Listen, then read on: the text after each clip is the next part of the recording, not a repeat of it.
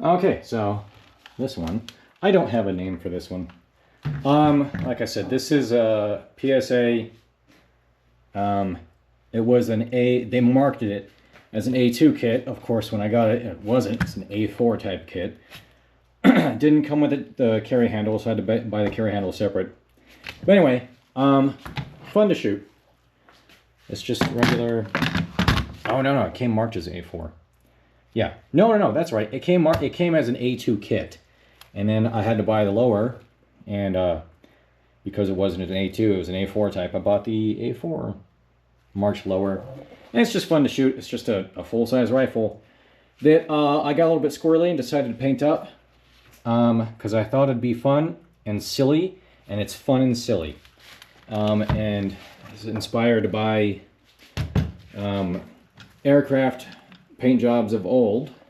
So you got the blue on top, the white on bottom, and looking at historic photos, there's a lot of old Navy aircraft and Marine Corps aircraft would just be the royal dark blue on top and bottom, and then some of them had white on bottom with a straight line down the fuselage, and then some had the wavy lines.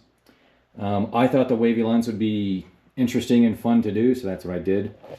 And then a lot of them had bright yellow accents, so that's what I did with the carry handle, the butt plate, and then I was just going to do the A-frame tower up here, the front sight tower, but it was really hard to mask this part of the barrel off, so I said, screw it, it's all going to be yellow.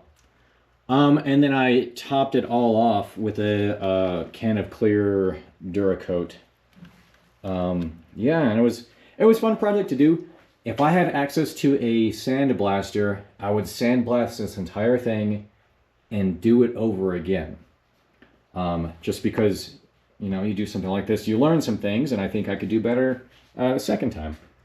So for the sights, I kept the rear sight black, front sight post black. If you notice on this kit, or on this rifle, this thing is perfectly zeroed. This thing is spot on.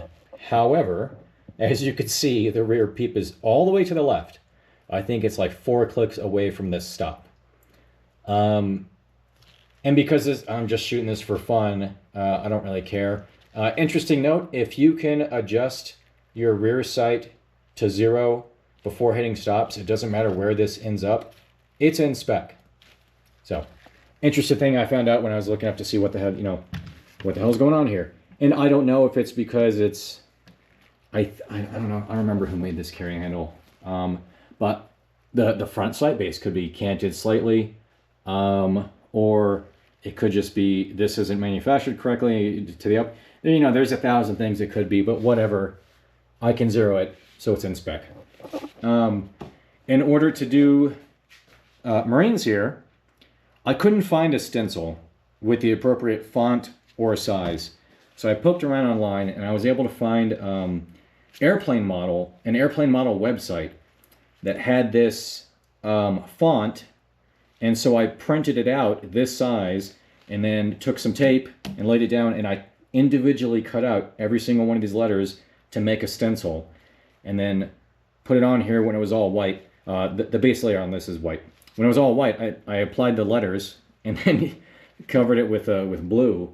So yeah, it was a fun project. But like I said, if I had access to a sandblaster, I'd take it down to bare metal and do it over again. Also, I had never taken apart a rear sight before, as far as like taking off the drums and everything.